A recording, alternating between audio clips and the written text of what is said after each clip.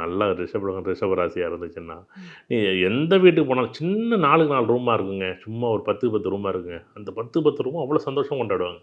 அப்படி குளு குளு குளுன்னு அவ்வளோ சந்தோஷமா 4 பேரோட கலகலன்னு எப்போ பார்த்தாலும் ஒரு 4 கூட்டம் கூடிக்கிட்டு, காக்கா கூட்டம்னு சொல்லுவாங்கல்ல, அந்த ரிஷபராசிக்கு எப்பவுமே கூட்டம் கூடுங்க. அப்படியே அவங்கள சுற்றி அப்படியே ஒரு என்ன அது இந்த மீனத்துக்கும் இந்த ரிஷபத்துக்கும் எப்பயுமே ஒரு ஆச்சரியமான காக்கா கூட்டம்னு சொல்லுவேன். இந்த ரிஷபராசியையும் மீன ராசியையும் அது எங்கே போனாலும் சரி ஒரு ஒரு ஒரு சுற்றி ஒரு கூட்டம் கூடுமானா ஒரு கூடும். இவங்களுக்கு ஒன்றும் பெரிய ஆகாவோகம்னு இருக்காது.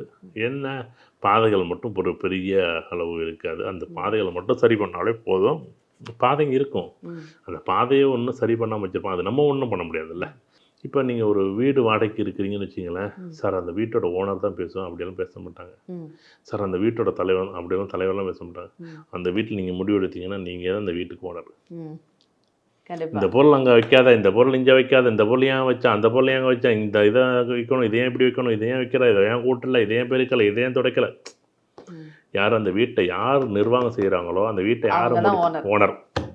இதை பொதுவாக இது குடும்பத் தலைவன் ஜாதகத்தை பார்க்கணும், பொண்டாட்டி ஜாதகத்தை யார் பேரில் இருக்கோ அவங்க ஜாதகத்தை பார்க்கணும், அப்படியெல்லாம் கிடையாது. அந்த வசிப்பிடத்தை பொறுத்தளவுக்கு யார் அந்த வீட்டில் சம்பாதிக்கிறா, இல்லை அந்த வீட்டை யார் நிர்வாகம் பண்ணுறா, இந்த 2 பேர் தான். இந்த 2 பேரை மட்டும் தான் வைக்கணும்.